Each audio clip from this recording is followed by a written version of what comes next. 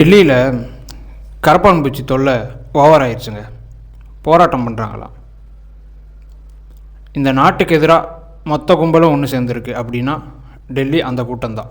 என்ன கேட்டால் நான் அப்படி தான் சொல்லுவேன்.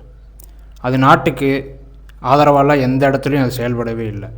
ஏன்னா ஒரு நீதிபதி சொன்ன தவறான வார்த்தையை ஒருத்தன் ஒரு பேஜாக, ஒரு இன்ஸ்டாகிராம் பேஜாக உருவாக்குறான். அது நல்லா ட்ரெண்டாகி நானே ஃபாலோ பண்ணேன்.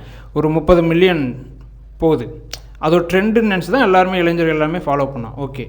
ஆனால் அதை அப்படியே அவன் யூஸ் பண்ணிவிட்டு இந்தியாவுக்குள்ளே வந்தான். இந்தியாவுக்குள்ளே வந்துட்டு அவன் அதுக்கு முன்னாடி எந்த ஒரு இந்தியா சம்மந்தமான எந்த ஒரு போராட்டம், மக்களுக்கு ஆதரவான எந்த ஒரு போராட்டத்திலையும் அவன் பங்கெடுக்கவே இல்லை. ஆனால் இந்த பேஜை வச்சுட்டு இந்தியாவுக்குள்ளே வந்தான்.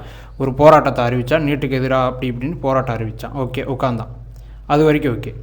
அப்புறம் சோனம்னு சொல்லிட்டு வராரு. இவனுக்கெல்லாம் உண்மையாகவே மரியாதை கொடுக்கக்கூடாது. ஏன்னா சைனா இந்தியா மேலே போர் தொடுத்து வந்தால் சைனாவுக்கு நான் இந்தியாவுக்குள்ளே வர்றதுக்கு எல்லா வகையிலும் நான் ஹெல்ப் பண்ணுவேன். அதாவது பாதை காட்டுவேன். சந்து பந்தாலும் இவருக்கு தெரியும் போல். அதனால் எல்லா பாதையும் இவர் காட்டி இந்தியாவை அழிக்கிறதுக்கு எல்லா வேலையும் செய்வேன் அப்படின்னு அப்பயே சொன்னவர். அது உண்மையாகவே சொன்னவர். அவனை நீங்கள் ஒரு பெரிய தலைவராக உண்ணாவிரதம் இன்றைக்கி அவன் இருந்துட்டால் அவன் பெரிய தலைவராகிடுவானா? அவனுக்கு இப்போ இருக்கிற அந்த சோஷியல் மீடியா இன்ஃப்ளூயன்சர் அவனுங்கெல்லாம் செருப்பால் அடித்தாலும் தப்பு இல்லை. ஒரு நாட்டுக்கு எதிராக ஒரு கும்பல் செயல்படுது. அதுக்கு எல்லாருமே அதை போராட்டத்தை பெரிய தியாகி போராட்டமாக இவங்க இன்ஃப்ளூயன்ஸ் பூரா அதை ப்ரொமோட் பண்ணுறது.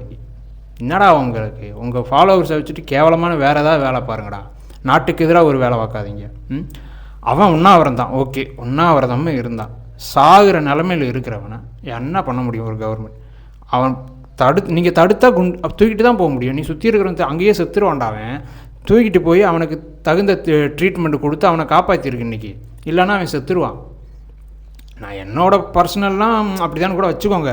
பட் ஆனால் அவன் செத்துருவானே. அதனால் கவர்மெண்ட் அவனை தூக்கிட்டு போய் நல்லா பாதுகாப்பு கொடுக்குது. இப்போ அவன் நல்லா இருக்கான் அப்படின்னு வருது. அதுக்கப்புறம் அவனை ரிலீஸ் பண்ணுங்கன்னு சொல்லிட்டு நீ போராட்டம் இருந்தா ஓகே, அதே இடத்துல உட்காந்துருந்தியா ஓகே, சந்தோஷம். நீ அதுக்கப்புறம் என்ன பண்ண? நாடாளுமன்றத்துக்குள்ளே போகணுன்னு போராட்டம் பண்ணுற. உன்னோட எண்ணம் என்னப்போ? நாடாளுமன்றத்துக்குள்ளே போய் அமைதியான முறையில் இவங்க மாணவர் அமைப்பு அமைதியான முறையில் அங்கே போய் அமைதியான முறையில் நாடாளுமன்றத்துக்குள்ளே போகிறாங்களாம்மா. உள்ளே போனால் இவங்களுக்கு கதவெல்லாம் திறந்து விட்டுருமாம்மா மோடி அரசு. திறந்து விட்டு, இந்திய அரசு திறந்து விட்டு இவங்க உள்ளே போய் நாடாளுமன்றத்தை ஒன்றும் பண்ண மாட்டாங்க. அங்கே இருக்கிற காரு இது எல்லாத்தையுமே லைட்டாக தீய வச்சு கொளுத்திட்டு, நல்லா சும்மா குளிர் அடிக்கணும் டெல்லியில், அதனால் கொளுத்தி விட்ருவாங்க போல். அப்புறம் அங்கே இருக்கிற உள்ள டேபிள் சேர் இதெல்லாம் எடுத்து வெளியே போட்டு கலவரம் பண்ணி லைட்டாக தீ பற்ற வச்சு விட்டு அப்படி நாடாளுமன்றமே தீயாடி எரியும். இவங்க ரீல்ஸ் போட்டு கொண்டாடணும். இதுதான் அவங்களோட ஒரிஜினல் ஆசை. இவங்களுக்கு உள்ளே விடலை, துப்பாக்கி இந்திய போலீஸ் நிற்கிது அப்படின்னா அப்புறம் உள்ளே விட்டால் நீ இதுதான் பண்ணுவேன். அப்புறம் எப்படி உன்னை போலீஸ் உள்ளே விடும்? அப்படி நான் ஓப்பனாக சொல்கிறேன். அப்படி உள்ளே கால் வைக்கிற ஆள் எவனாக இருந்தாலும் நெத்திக்கு நேரம் சுடுங்க.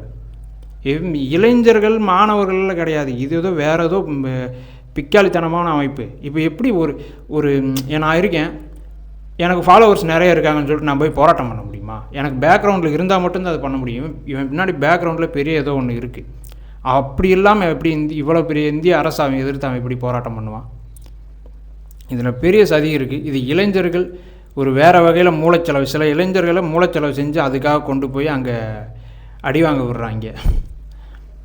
ஒரு இதுவும் பிடுங்க முடியாது. இப்பயும் நான் சொல்கிறேன், உங்களால் இந்த அரசாங்கயும் சரி ஒரு இதுவும் பிடுங்க முடியாது உங்களால். எலெக்ஷனில் ஓகே, எலெக்ஷன் ஆதரவு வைங்க, எலெக்ஷன் மக்கள் தோக்கடிச்சிட்டு போங்க. இந்த மாதிரி கேவலமான பங்களாதேஷில் நடந்த மாதிரி, இலங்கையில் நடந்த மாதிரி, நேபாளத்தில் நடந்த மாதிரி உள்ளே புகுந்து அந்த நாட்டோட சிறத்தன்மையை அழித்து அந்த நாட்டை அசிங்கப்படுத்தி நீ அப்படி வந்த இந்த 3 நாடுகளுமே இன்றைக்கி நல்லா இருக்குன்னு நினைக்கிறீங்களா?